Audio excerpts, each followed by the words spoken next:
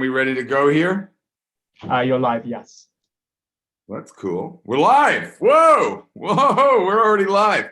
Well, then we should let people in, including Rob Burke, my co-founder and partner, and anyone else that wants to join us. We are live, but we are just getting ready, folks. We are just getting ready. In just a moment here, we're going to be live broadcasting on Zoom, LinkedIn, Facebook, YouTube, and Clubhouse. I believe, once again, this is a first. We've never done it before. Never in the history of humanity have we done this. This is super, super exciting. We're on Zoom. We're on LinkedIn. We're on Clubhouse. We're on, Rob, you're not on Clubhouse. So, Rob, you better get on Clubhouse. Pulling it up right now. All right. And you're going to have to mute your computer once you get on Clubhouse. We're going to use the audio from Clubhouse. And we're going to be talking about how to delegate better. Thanks for your, you got to mute. Yeah. Thanks for your patience as we get ready to get started. We had a couple of hiccups this morning, but we are super excited to be live streaming like everywhere over here with the Clubhouse and with the LinkedIn and with the Facebook and with the YouTube. And I'm just going to give one more minute here to get us started. I'm going to make Rob and Sam moderators on Clubhouse and invite up our good friend Sarah on Clubhouse, who's going to hang with us for a bit. And yeah, all right. So, and then those of you in Zoom can admit people, onto Zoom. I need to probably make somebody a co-host, Sam, maybe Rob or Alan. And speaking of which, we'll see if Alan's around or anyone. In any case, I hope you're having a great Thursday. I'm having a great Thursday, and I'm ready to rock. We're going to talk for the next 54 minutes or so about how to delegate better. We'll start with our story in just a bit, and then we're going to give away some prizes as well. So stay tuned. And if you are watching live on LinkedIn or Facebook or Twitter, or you're listening on Clubhouse and you want to get inside the party, you can come to Zoom, where we have some folks already here. DaveZoom.com is a super, super easy way to get here, and you can hang with us. So I'm going to go ahead and share my screen, and let's get this party started. Dun, dun, dun, dun, dun, dun, dun, dun. All right.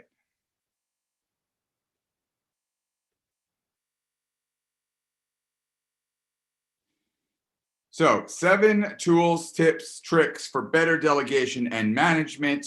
I am your host, Dave Kerpen, and with me is Rob Burke. I'll tell you guys a little bit about Rob, and Rob, you can tell them a little bit about me, and then we'll get the party started. Rob was my EA. He was my apprentice before Apprentice existed. While he was in school, he worked for me for 2 years. Really, really smart young man. And while he was working for me, he came to me and said, you know, Dave, I've learned quite a bit from you. And I also know I've helped you with a lot of important projects. He had worked on $1 million client. He had co-authored the 3rd edition of Likeable Social Media. And he said, Dave, I think there's something here, like a business model here. And I said, you're right. And so Rob went from being a college student executive assistant to being my business partner on Apprentice. And I'm super, super proud of him. He also happened to write a book while in school, Why Wait, that he published on his graduation day. So just really, really incredible young man. And I am delighted to be delighted that he is my partner. And Rob, I'm going to let you introduce me after I do a super quick muting of myself here.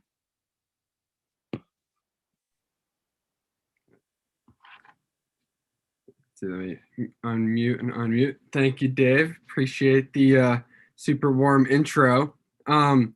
Dave, I first saw and connected with Dave through a poster. He was looking for student to help him and looking for an intern. And I reached out and didn't really know anything about what I was getting into. And it's been an amazing experience ever since. Dave is an awesome entrepreneur, even better mentor person. And it's incredible the way that he's able to balance all the different businesses that he's working on, all of the different social impacts that he's doing, all the books he's writing, all the people that he's inspiring. So Dave is a great person, and I feel super grateful to be able to have learned from him and continue to learn from him, and now be running Apprentice together. Awesome. Thank you, Rob. And next up, we're giving away some books. We're giving away a copy of Rob's book, Why Wait? And we're giving away copies of 2 of my books, Likeable Social Media, the New York Times bestseller, and the 3rd edition of that, as well as The Art of People, 11 Simple People Skills that will get you everything you want. So the only way to win that is to post anywhere on social media using the hashtag delegation. You can post on LinkedIn, Instagram, Facebook, or Twitter, and our team is going to be looking out for folks that are using that hashtag. And we will give you guys a couple of books throughout this. So if you are watching, if you are listening, share something you're learning, share an insight, and we will give away 3 books to you throughout this webinar. If you want our free ebook on delegation, you can go to chooseapprentice.com/delegation. That's chooseapprentice.com/delegation. And without further ado, let's jump in. So a sneak preview of the 7 things we're going to talk about. We'll talk about communicating consistently, integrating your apprentice. Quick editorial note. This is written for both apprentice clients and anyone else that ever has to delegate. So when you see the word apprentice anywhere, well, obviously, if you don't have an apprentice, it means integrate your person that's working for you. Share resources, share goals, and give context, give good feedback, use tools well, and additional resources. And before I get started with these 7, I want to make one more note. I think that what's made me a great delegator through the years is these 7 things, but even more so, it's having the right mindset. It's having a mindset where I want to delegate as much as possible. I choose to delegate and trust, to empower and to get out of the way. And I think where I've seen many, many entrepreneurs and small business owners struggling with delegation is around that mindset issue. So all these things are going to help you, but if you don't have the right mindset, that's going to be a big challenge. So I want to urge you to make sure you have the mindset where you can empower, you can trust people, you can get out of their way and know that, yes, they're going to make mistakes. Boy, we did some delegation for this webinar and mistakes were made, but that's okay because we're still here. We're doing it. It's going to be awesome. And the people that I delegated to will learn from the experience, and next time they'll get it a little bit better. And of that, I am certain. So have the right mindset. Let's talk about communicating consistently.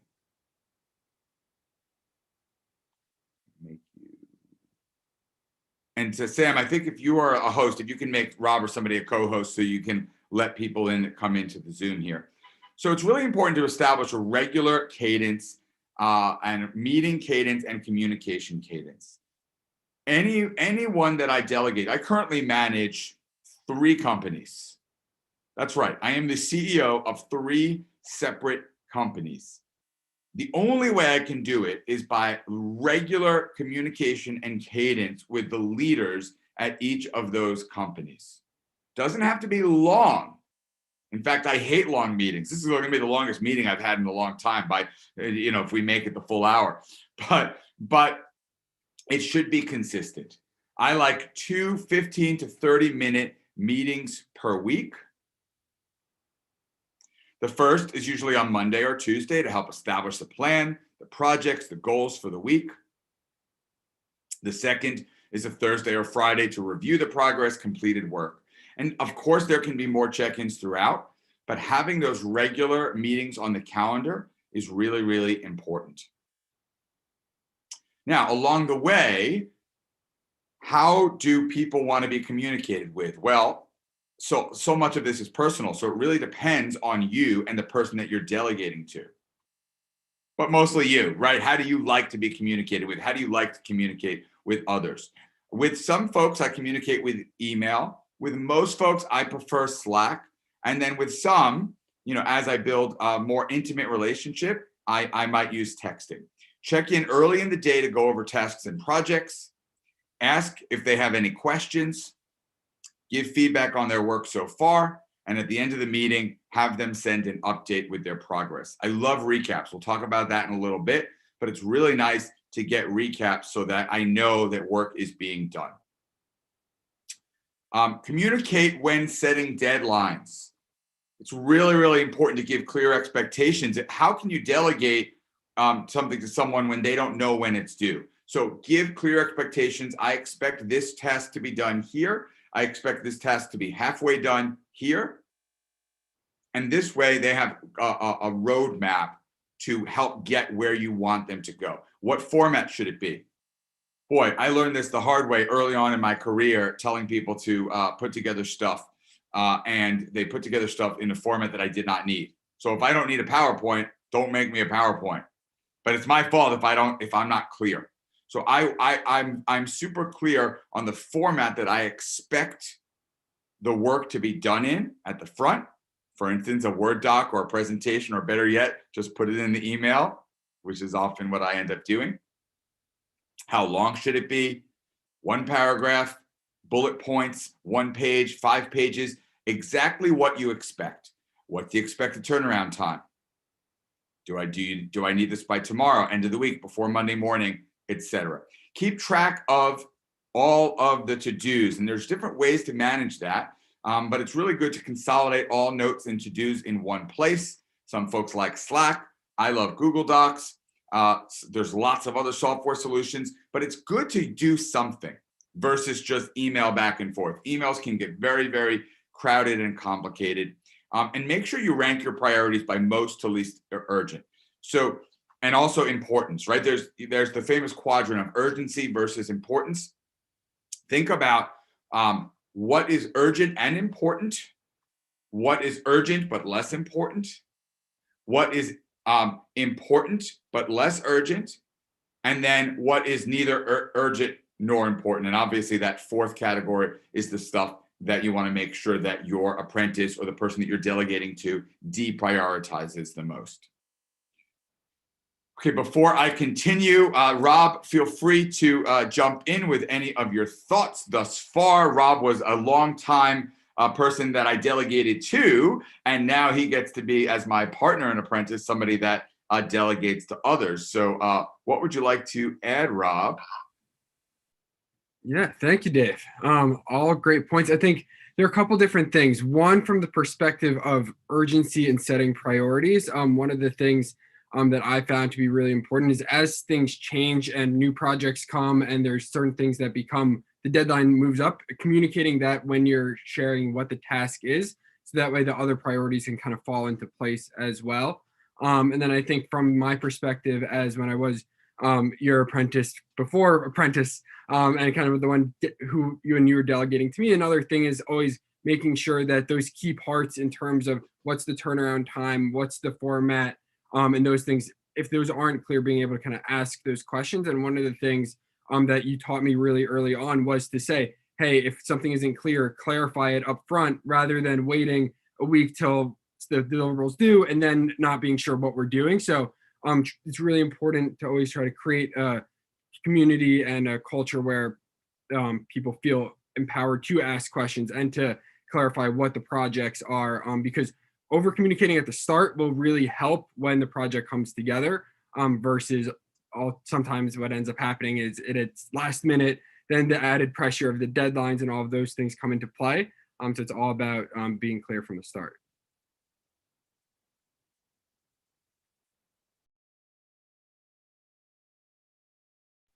Super. Thanks, Rob. See, we got this down. We got this down.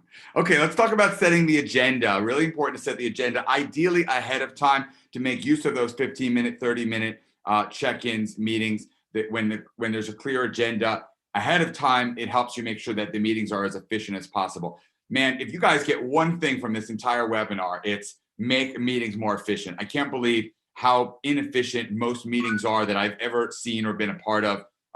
It's like a huge pet peeve. Most hour-long meetings could be 30 minutes. Most 30-minute meetings could be 15 minutes. And I'm going to challenge myself and say that some 15-minute meetings could be 7-minute huddles. So set that agenda ahead of time, make it clear, and by all means, don't take just as long as the meeting time allows. Just because you've set up a meeting for half an hour doesn't mean you need to take 30 minutes.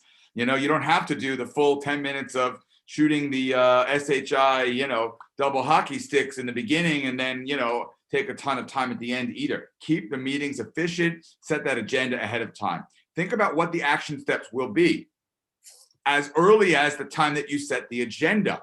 That way, as you go through the agenda items, with each one, you are moving to an action step. And ideally, either you send a quick email before, with bulleted agenda before the meeting, or you have your apprentice or the person that's reporting to you that you're delegating to send you a quick email with a bulleted agenda before the meeting.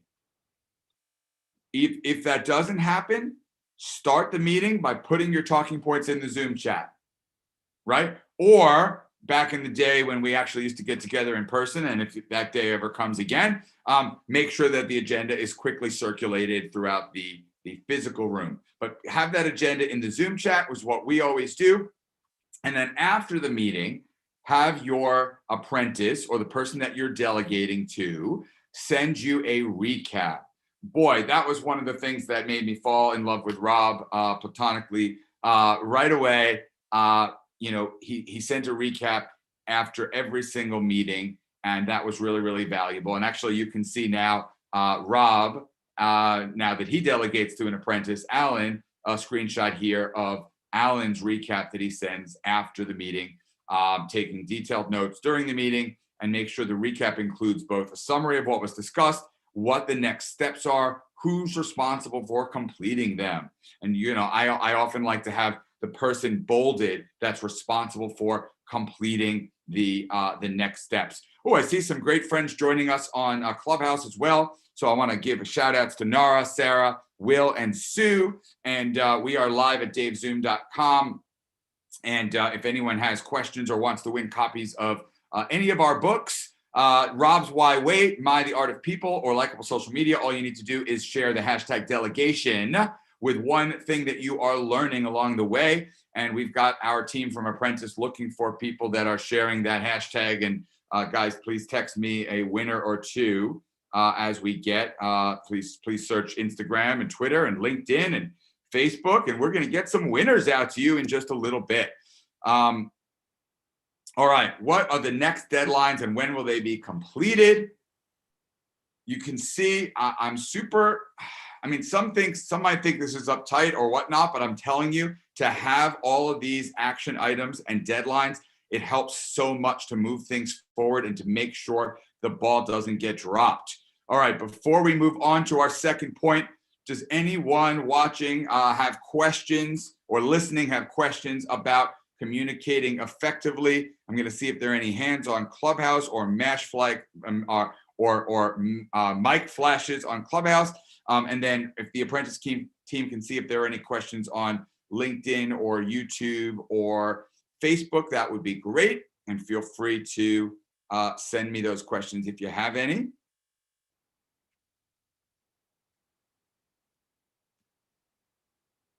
All right, no worries. We can also take questions at the end.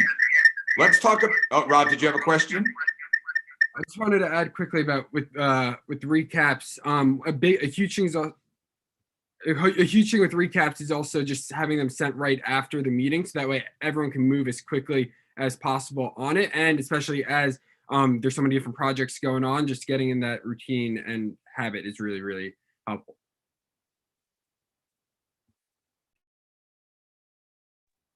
Love it. Thank you, Rob. So next we're going to talk about how to integrate your apprentice. And again, obviously, if you don't have an apprentice, this is how to integrate the person that's reporting to you in a way that will make it most helpful for both you and them. Okay, discuss what platforms you prefer. What platforms do you use in your organization, and how can you best integrate your apprentice or the person that reports to you into those platforms? Again, we have some folks in one of my organizations loves Slack. I have another organization that can't stand it. So, all right, I'm not going to push Slack to the organization if the culture isn't that way. So is it Instagram? Is it Slack? Is it WhatsApp? Is it email? What's your preferred method for regular communication? What's the preferred method for quick questions and faster responses? So sometimes, I do use email with folks that report to me in larger organizations. But if they have something super fast, they know they can text me. Now, I don't want texts all day long. I can't handle that. There's no way I could run all my businesses if I was getting texts all day long from everyone. But if it's super fast and quick, a text works best. It often works better than email. Sometimes the version of that might be Slack. How formal or informal is the internal communication? My preference in general is informal communication, but some organizations' cultures aren't that way, and it's important to know what the organization's culture is. Is it text? Is it WhatsApp? Is it Slack? What are those preferred platforms, and how can you make sure that your apprentice or the person that's reporting to you is fully integrated into those platforms? How are meeting notes shared? Is it via Google Docs? Is it via Evernote? Is it via is it via Slack? Just making sure you're on the same page around that. Let's talk about calendar access and scheduling.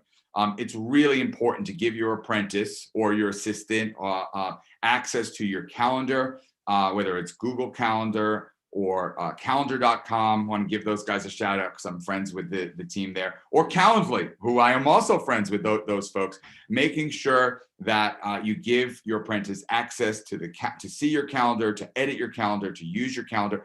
I love using Calendly to set up scheduling times so that I have different links for all sorts of different meetings, right? So I have pitchdave.com for people that want to pitch me.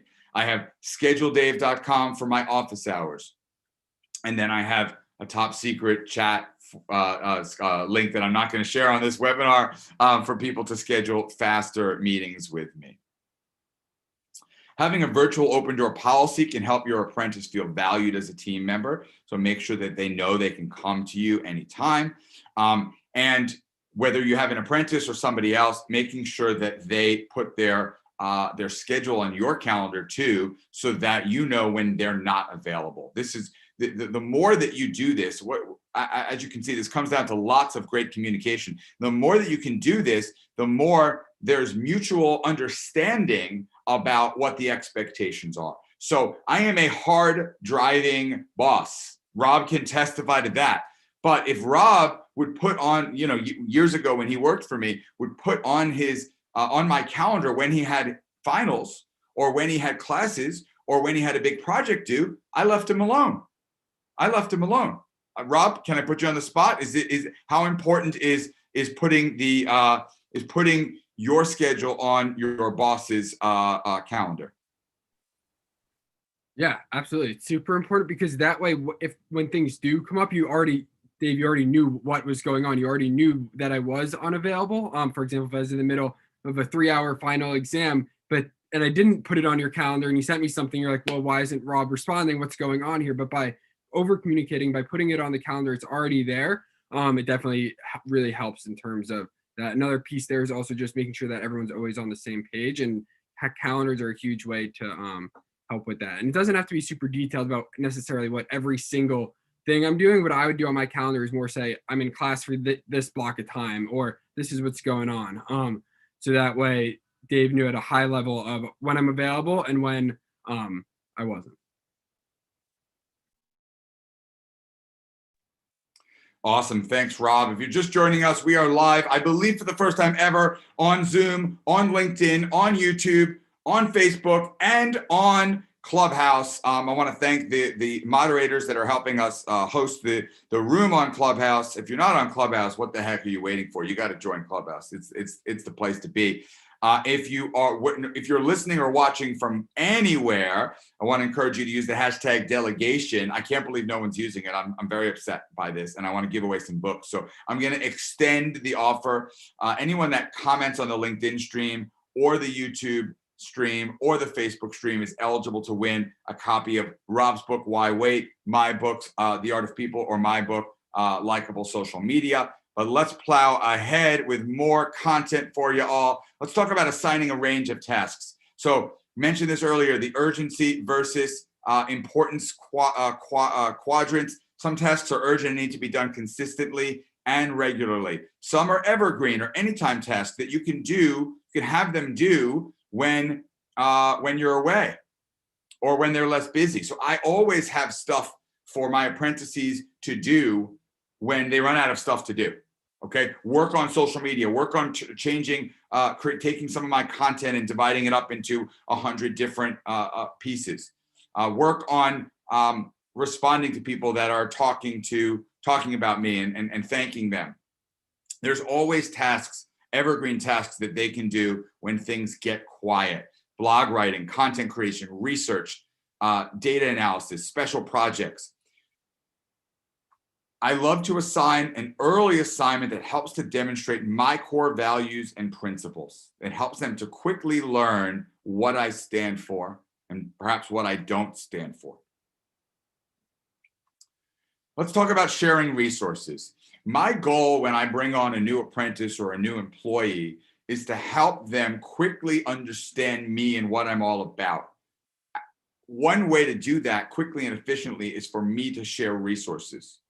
So I don't have to sit with them for hours and hours and hours to train them and mold them. I can give them a copy of my books. I can give them blog posts that I want them to read. I can give them videos that I want them to watch. I can give them podcasts that I want them to listen to, other books that I want them to read, and I can quickly get them up to speed on what I am all about and what our organizations are all about. So the more resources you can share with your apprentice or the person that's reporting to you, the better you can get them ready to rock. Books, podcasts, articles, things that help to shape you, things that you find valuable. They're gonna eat that up if they're the right person, which presumably they are, right? We'll do another webinar one day on hiring and finding the perfect person. Right now, I'm assuming you already have a terrific apprentice, or if you don't, you're going to get an apprentice soon, or you have a terrific assistant, somebody that you have and you want to figure out how to delegate to them better. So share these books, podcasts, articles. Keep in mind, they want to learn. They want to learn. So the more you can share with them, the more and faster they can learn not only the skills, but what you're all about, the values. Industry news, competitor news. I always tell my apprentices, people that are reporting to me, hey, make sure you follow this company and this company and this company's news because they are our key competitors, and I want you to stay up to date on them. Where possible, can they sit in on meetings? Again, this way they can learn a little bit more about what you're all about, what the company's all about, et cetera. You know, I want to shout out one of my new Clubhouse friends, and actually he just joined us for Apprentice and signed up for a couple of apprentices. Zane, you know, one thing I noticed Zane does is he has his personal assistant sit in on all of his meetings, and she takes the video off and mutes herself, so she's just a fly on the wall, but she learns so much, I'm sure, just from sitting in on all those meetings. And then she can know how to take the right action steps by sitting in on those meetings. Can they come to a sales call? Can they come to a team meeting? What can they come to that you wouldn't normally think? That maybe you don't think they need to be there, but it'll help them learn. It'll help them appreciate you a little bit more. I just want to say the flip side of this is in needing to involve them in everything. And I don't want you, again, I'm not a big fan of meetings. Don't make them come to meetings that you don't need them at, but you can invite them. They'll appreciate the invite. Another quick thing. You gotta tell me. Hold We're good. Another quick thing there, especially if a lot of your meetings are on Zoom and are recorded, one thing that can be helpful, especially with scheduling and all that and asynchronous stuff, can be recording the meetings and sending them to your apprentice or whoever's involved in the project. So that way they're able to get all of the information and learn from it, even if they aren't necessarily able to join at the meeting at that time. But that's one way to kind of use some tools to be helpful. Love it. Thanks for sharing, Rob. If you're just joining us, we are live across platforms talking about how to delegate better. We're going to go for another 15 minutes or so, and then we'll open up to questions on Clubhouse, on LinkedIn, on Twitter, on YouTube. I want to thank everyone for helping us hold the space and everyone for joining us. I got to give away some prizes, guys. Do we have a winner here? Hold on. I still don't. David Jesse. All right, David Jesse, you are our first winner. Congratulations, David Jesse. Now, since David Jesse won first, we're going to let him choose whether he wants Why Wait, The Art of People, or Likeable Social Media. So David Jesse, send that note, post it so that we know what books not to give away now. You are our very first winner, so congratulations, David Jesse. I love giving away books. Okay, let's talk about sharing goals and giving context. This is really important because you have to remember, you know what your goals are, hopefully. You know what the context is, hopefully. But your apprentice or the person that you're delegating to is not a mind reader. So unless you are explicit to them with your goals and with the key context, they're not going to know. Do not assume that they know what your grand vision is, or what your intermediate goals, or what your short-term goals are. You've got to tell them. You've got to share your own goals and share and give the context that's required to help get stuff done. Explain what your personal goals are, what your professional goals are, what your short-term goals are, what your long-term goals are.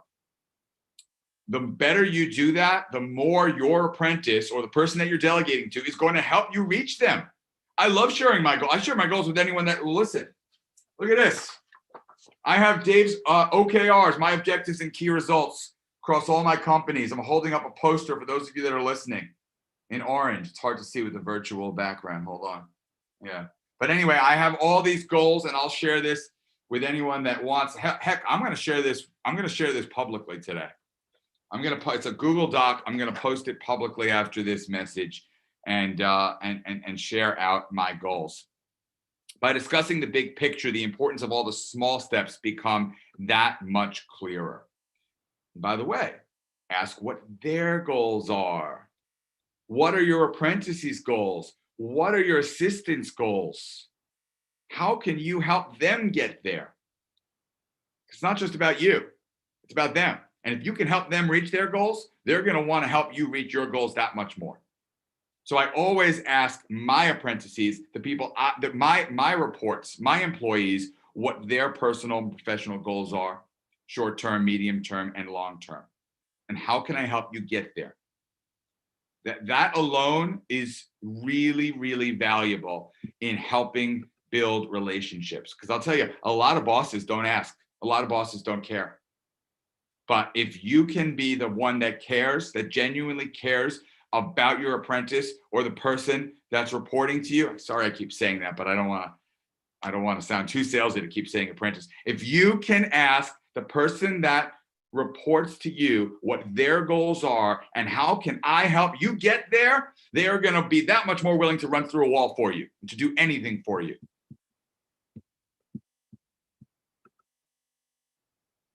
Okay, we've got an experience share coming. Here we go. For those of you watching, this is Rob and me back when he was my apprentice. I think he was my apprentice at the time. And we found a great little deli in New York City that sells both a Rob sandwich and a Dave sandwich. How cool is that? Rob, tell me a little bit about that experience for you. Thanks, Dave. One of the first projects that you really gave me full control and access over was handling your calendar. And one of the things at the time was that you explained kind of how it would, by being involved in your calendar, I would then be able to understand all of the different meetings that you're involved in, all the different things that you're working on, all the different reports, all of that. So then it would help me in my role as your executive assistant and project manager to know what the full scope of everything was. So by you explaining why I was involved in the calendar, what the bigger picture was, to me, it made it very clear and obvious how there's opportunities for me in my role to grow and learn from the experience, and view it as opportunity, instead of necessarily feeling like, oh, I'm just doing one task for now. I saw that there's a bigger picture involved there, and that's because of sharing the goals and the bigger context of it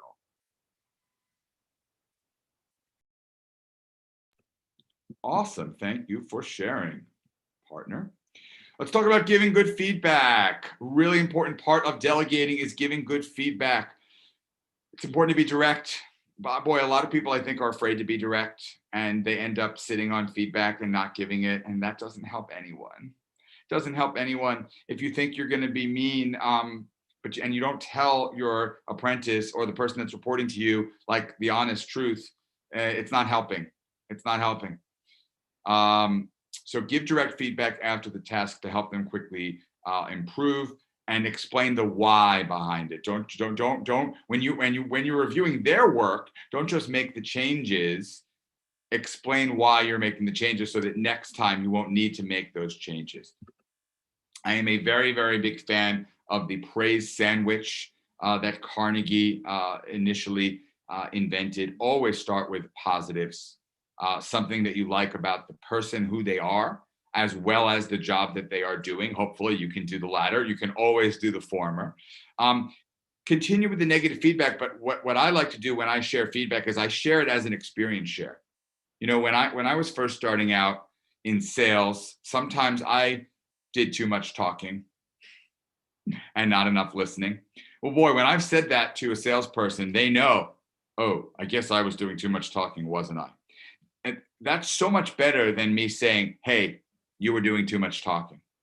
So I make it about me and the mistakes that I've made along the way when I deliver that negative feedback. And then, of course, I always, per the praise sandwich, always close with affirming how much I value them and how confident I am and they are going to get it right. And I'm a big, big fan of gratitude. We have several different gratitude practices that we practice every single day in my organization, in my family, and in my life. You know, a lot of folks have told me that ending team meetings with gratitude felt really goofy and corny at first. And those same people have told me that several months in, they absolutely love it. It's an important part of their lives now. And so I stick with this. Gratitude is a really important part of my delegation practices and my meetings, acknowledging success, celebrating wins, and encouraging all my team members to practice gratitude. If there was one single thing that I was proudest of being a leader of several companies over the years, and we've had over now 1,200 employees in our companies in the last 12 years, which is pretty cool number, 1,200 people.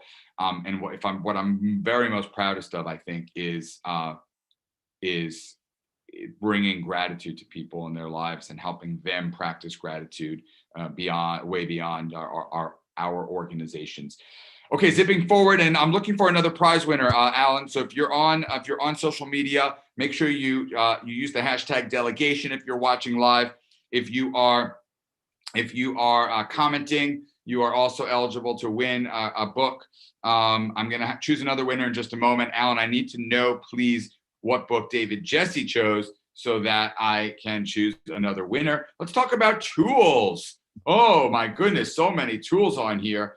And each tool, as you know, has pros and cons. We've got Asana, Google Drive, Monday.com, and Trello here, but there are more. There are more beyond this. Some of the, actually, Rob, do you mind walking through the tools, pros and cons? Because you're actually better at managing with tools than I am, I would say. Yeah, absolutely. I think before jumping into the specifics of each tool, the biggest and most important thing that I've learned is to spend a little bit of time trying them all. Not too much time where then I end up feeling like, oh, I'm wasting time doing it, but just enough where, okay, here's a quick YouTube video on it, or maybe that's something that could be delegated to someone who reports to you is, hey, here, find out kind of what these tools are. I think for the most part, Asana has a lot of it's good for customization. The challenge there sometimes that it takes a long time to learn and get all of the individual pieces right in terms of, because it is so highly customizable. So there's kind of a trade-off there. Google Drive across with Google Docs, Google Sheets, Google Slides. Personally, that's my favorite because I find that it's really easy to use because there is no learning curve. And while it lacks some of the more advanced features and technical pieces, because it's all customizable in a Google Sheet, I can create whatever I want the columns to say or whatever I want the drop downs to be. So that's the easiest to kind of get started with, and a lot of people have the most experience with it. Monday.com has really nice visualization features, and so that can be cool depending on what the types of projects are, especially if it's kind of more if you have a bigger team or there's time tracking around a product launch or something like that. But again, with some of the kind of the trade-offs of that, it can be a little bit more complicated to get that organized. Trello has a really nice interface, just visual boards that are pretty straight forward to use, and it's easy to get started. But sometimes it might send a little too many notifications, and that can be a little bit of a pet peeve every now and then. So those are some different tools there.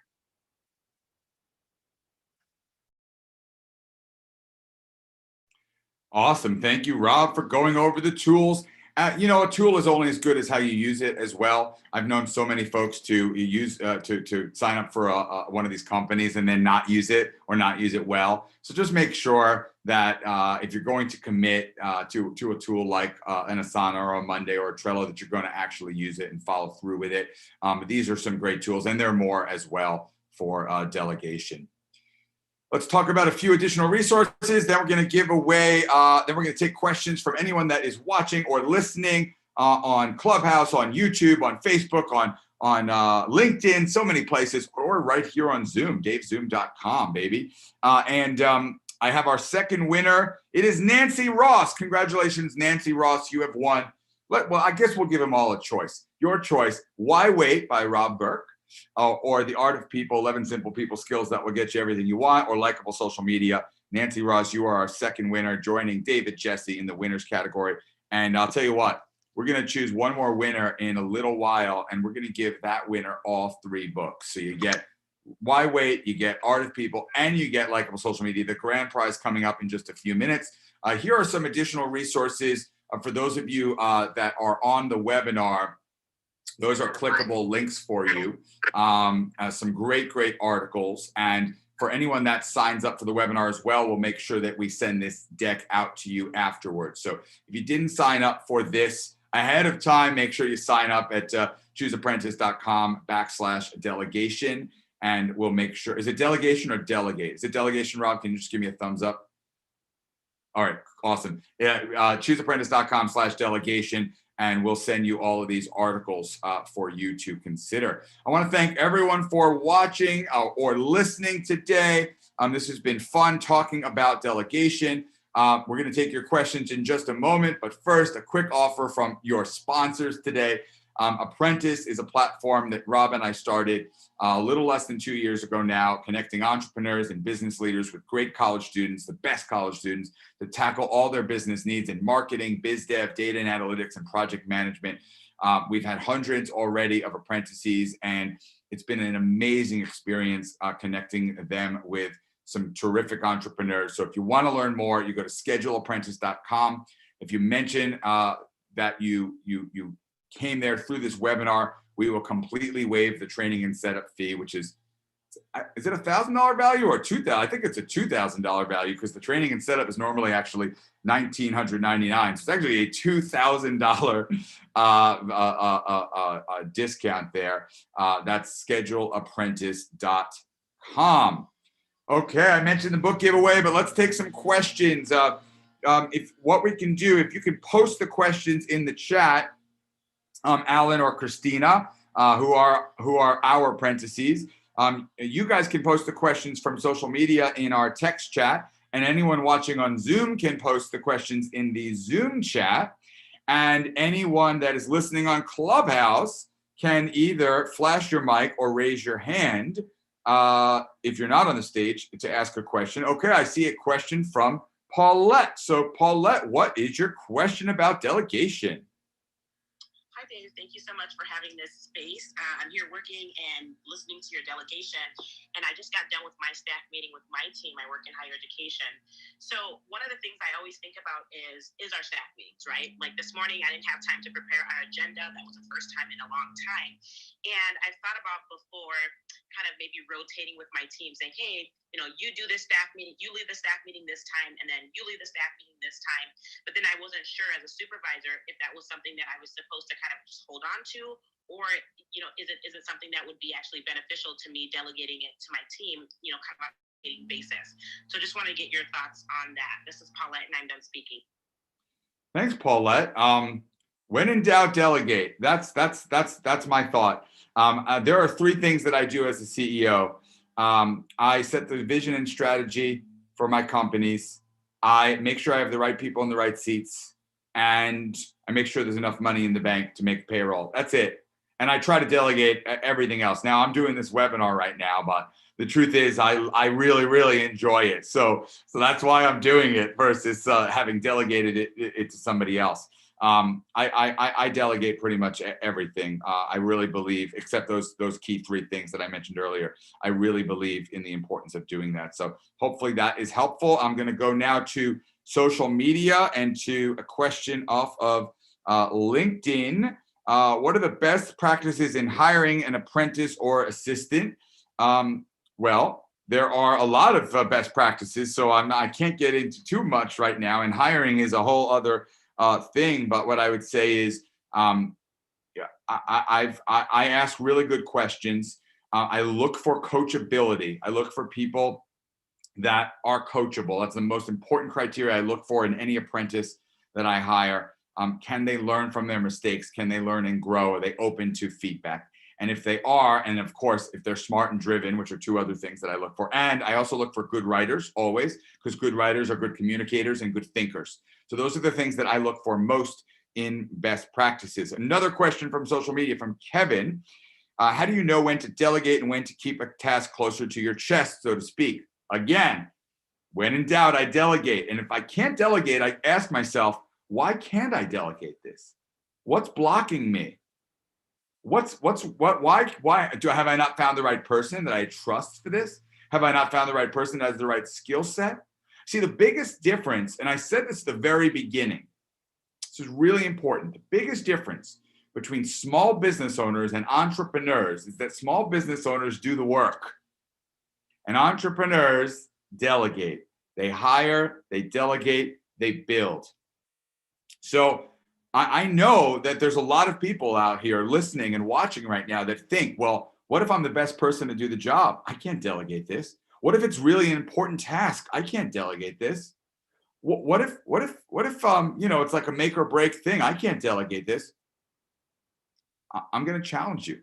You can always delegate it, unless it's setting the vision or strategy of the company, putting the right people in the right seats, or making sure there's enough cash in the bank. You can delegate it. I'm telling you right now, you can. You absolutely can find the right people and delegate that work to the right people. Let's go back to Clubhouse. Flash your mics or raise your hand if you have a question for Rob or me about delegation. Sarah, welcome to the stage. What's your question about delegation? Yeah, something you said that really resonated with me at the beginning is when you were talking about how you just trust the person you're delegating to and, hand off what needs to be done. And I've actually heard that from a lot of successful people lately, that they don't go by the you have to earn my trust model, but more of the trust quickly model. And I'm curious, how would you advise people who that's not maybe their natural way to make that mindset shift? This is Sarah Dunn speaking. Yeah, good question, Sarah. And it is an important consideration. And you do, like I said, I'm very fortunate that I am so trusting, I guess. And I'll tell you, it's burned me. It's burned me many times. Many times. We're talking about doing a webinar. I did a webinar really early on in the social media days, and I had my assistant at the time. She was an intern in college.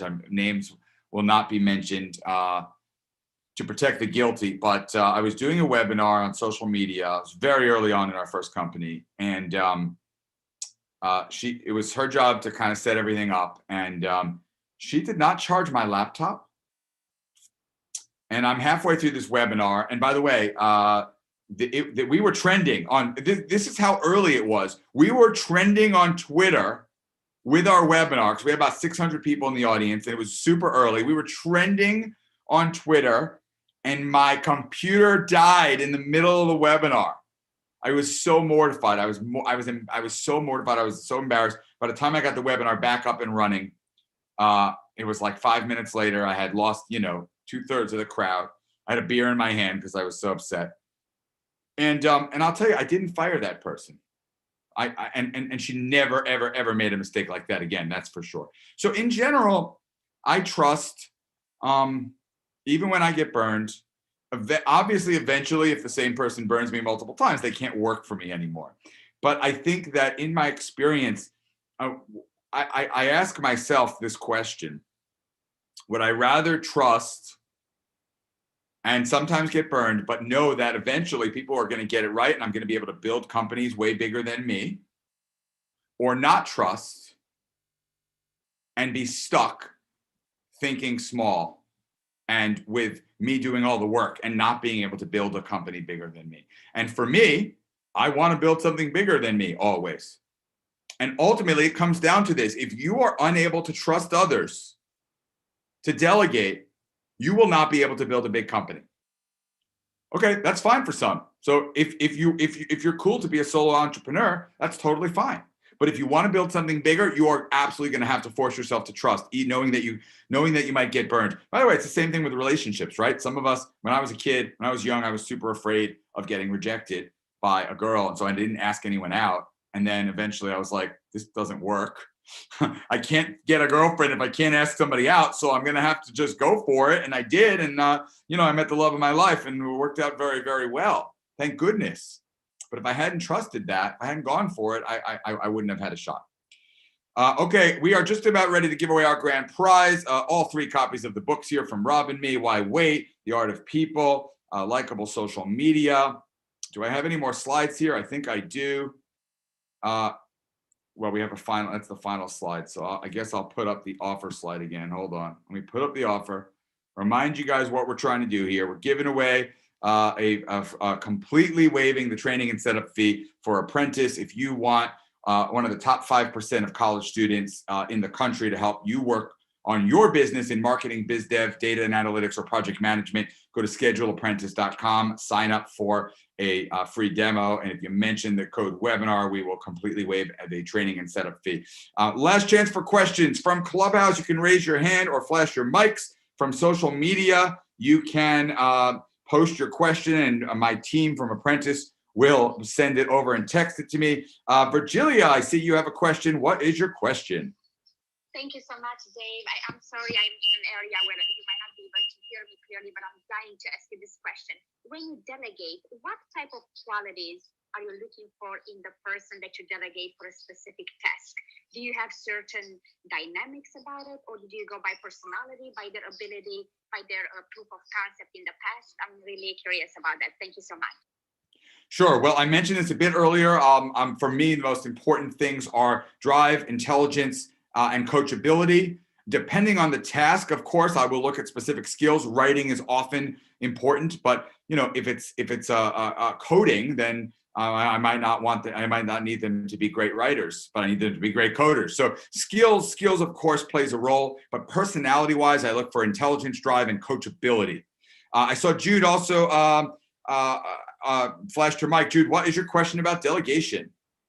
Hey, Dave, great to see you and Sarah and Rob and everyone. Dave, I missed it on the Zoom webinar because I would like to watch that, but I do have a question. So where should I go to see your Zoom live, Dave Zoom live webinar? If you sign up for the webinar still at chooseapprentice.com/delegation, we will get you a complete copy of the webinar video. Thanks for asking. Sorry, I'm trying to write as fast as you're saying it. Can you say it one more time, please? Sure. It's chooseapprentice.com/delegation. Okay, got it. Got it. Now, the other question is, I'm with you, Dave, on this. We're singing the same music on delegation. I've delegated my whole ever since I've been in business, even all during my TV career. I always had an assistant. I always had delegation. However, now we're thinking about using a virtual assistant for some things because we're just a little overwhelmed. So I'm wondering how on the trust factor, because obviously that's huge.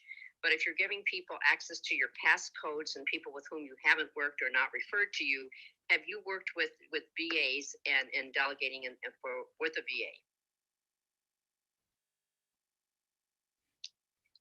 Yes. Well, I will first say that ironically, VAs definitely compete with the company here that sponsored this, Apprentice, but that's fine. I have also worked with VAs in the Philippines, and for a very specific more menial tasks, I do like VAs, but obviously for higher level tasks, I prefer apprentices, which is my version of VAs, which is VAs that are also brilliant college students. But yeah, I mean, I think in general, I have used VAs in different countries as well. Hopefully that helps. I think there's actually a lot of people asking questions in the Zoom chat. I'm going to try to figure out how to access that. Yeah.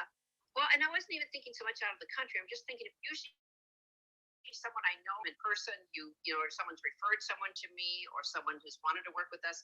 But this time I would be doing it for a VA. It'd be someone who could be across country or whatever. And that's the only reason I ask. I'm not necessarily thinking about going out of the country, but it's just, it's a little different, I think, rather than our normal delegation, but maybe not. Got it. Because people have access to everything, you know, your passcodes and all the rest of it. So. Got it. Yeah. Well, again, I am super trusting. So, you know, you have no idea how many former apprentices and assistants have my passcodes. It's a long list. It's a long list. I'm going to wrap us up here for a moment and choose a grand prize winner that wins all 3 books. I'm going to try to just look super quickly in the chat. How can I tell if people are coachable? It's a great question, David. I often ask them to do a task. This is during the interview process, and certainly when we hire people for Apprentice, we assign everyone to do a task, and then we review the task and give them feedback and see how they respond to the feedback. When people respond defensively, it's a very, very good sign that they are less coachable. When people respond positively to feedback and quickly redo things, it's a great sign that they are coachable. The other question that I ask, a lot of people ask about mistakes in interviews.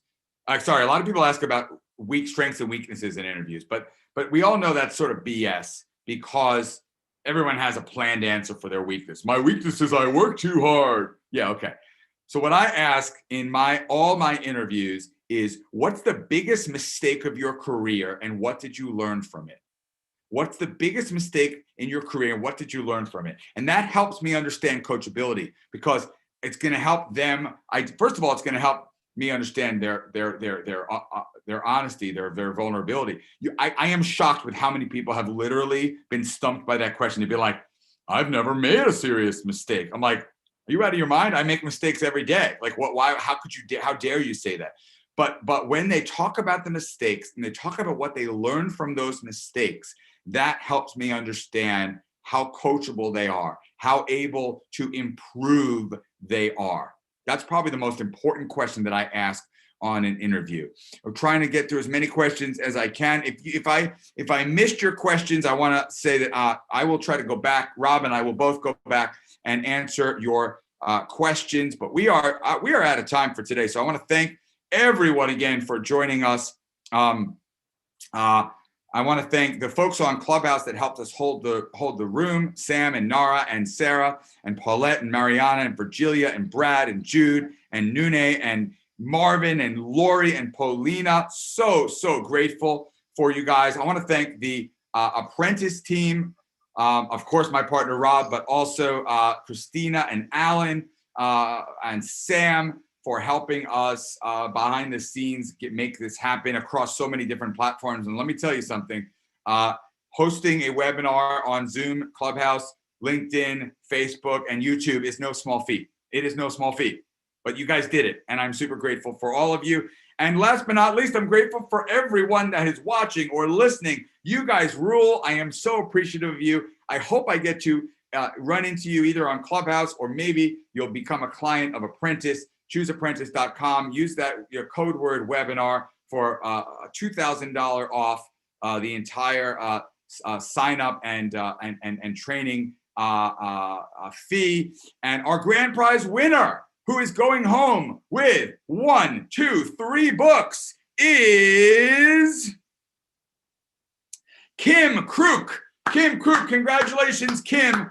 Kim, you are our grand prize winner. You win all 3 books. Until next time, this is Dave Kirpin saying thank you so much, and you rule. Bye-bye for now. Bye, everyone. Bye, everyone. Was an awesome session. Woohoo! Yes. Have a beautiful day, everyone. That was amazing. Thank you. Hi, Paulina.